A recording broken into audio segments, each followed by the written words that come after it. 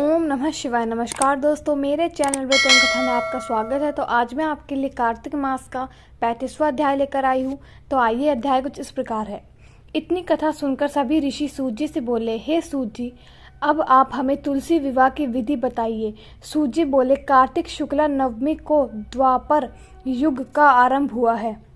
अतः यह तिथि दान और उपवास में कमर्ष पुनः पूर्वा हवनप्यानी है तथा पूर्वाव्यापिनी हो तो ग्राह्य है।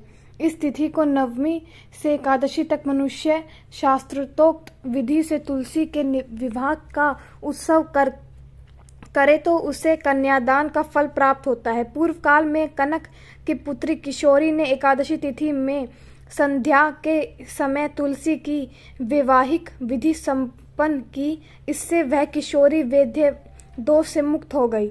अब मैं उसकी विधि बतलाता हूँ। 1 तुला स्वर्ण की भगवान विष्णु की सुंदर प्रतिमा तैयार कराए अथवा अपनी शक्ति के अनुसार आधे या चौथे तोले की ही प्रतिमा बनवा ले। फिर तुलसी और भगवान विष्णु की प्रतिमा में प्राण प्रतिष्ठा करके षोडशोपचार से पूजा करे। पहले देश काल का स्मरण करके गणेश पूजन करे। फिर पुण्याहवचन कराकर नांदी श्रद्धा करें। तत्पश्चात वेद मंत्रों के उच्चारण और बाजे आदि की ध्वनि के साथ भगवान विष्णु की प्रतिमा को तुलसी जी के निकट लाकर रखें।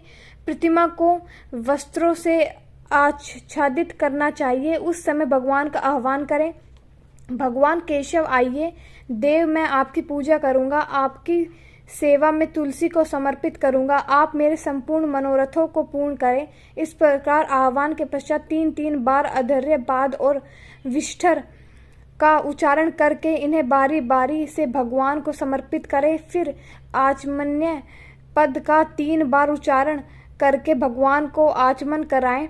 इसके बाद कांसे के बर्तन में दही, घी और मधु रखकर उसके कांसे के पात्र से ही ढक दें तथा भगवान को अर्पण करते हुए इस प्रकार कहे, वासुदेव आपको नमस्कार है। यह मधुपर्क दही, घी तथा शहद के मिश्रण को मधुपर्क कहते हैं, ग्रहण कीजिए। तदंतर हरिद्रालेपन और अभ्यंग कार्य संपन्न करके गोधूली की वेला में तुलसी और विष्णु का पूजन पृथक पृथक करना चाहिए। दोनों को एक दूसरे के सम्मुख रखकर मंगल पाठ करें। जब भगवान सूर्य कुछ कुछ दिखाई देते हो तब कन्यादान का संकल्प करें। अपने गोत्र को और परवर का उच्चारण करके आदि की 3 पीढ़ियों का भी आवर्तन करें।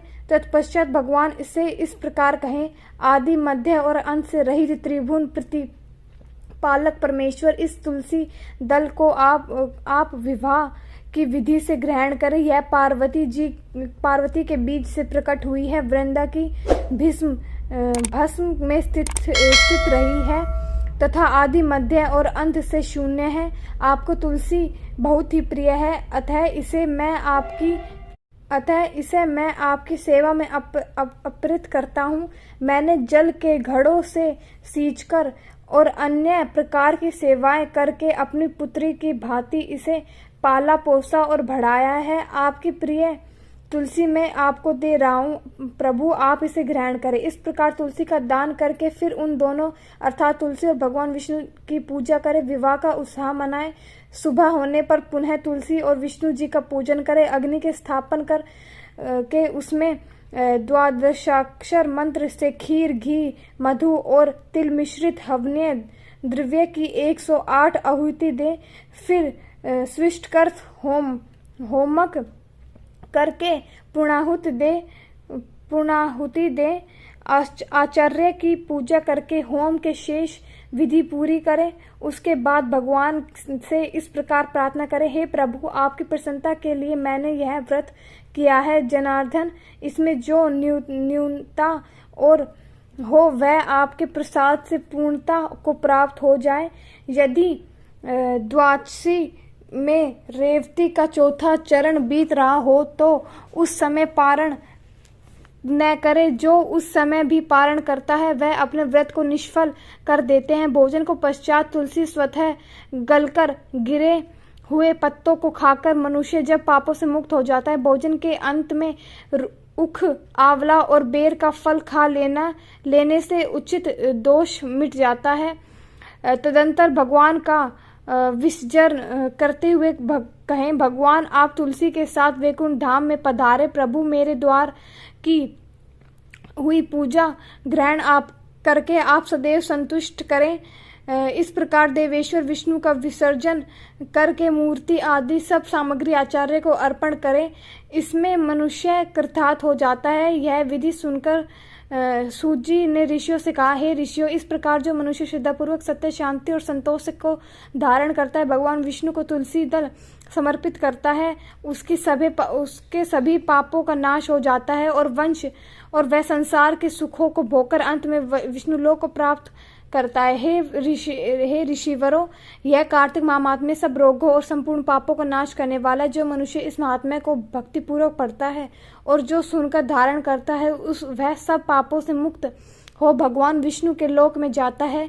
जिसकी बुद्धि खोटी हो तथा जो श्रद्धा से हीन हो, ऐसे किसी भी मनुष्य को यह महात्म्य नहीं सुनाना चाहिए। इति श्री कार्तिक मास महात्म्य 35वां अध्याय समाप्त।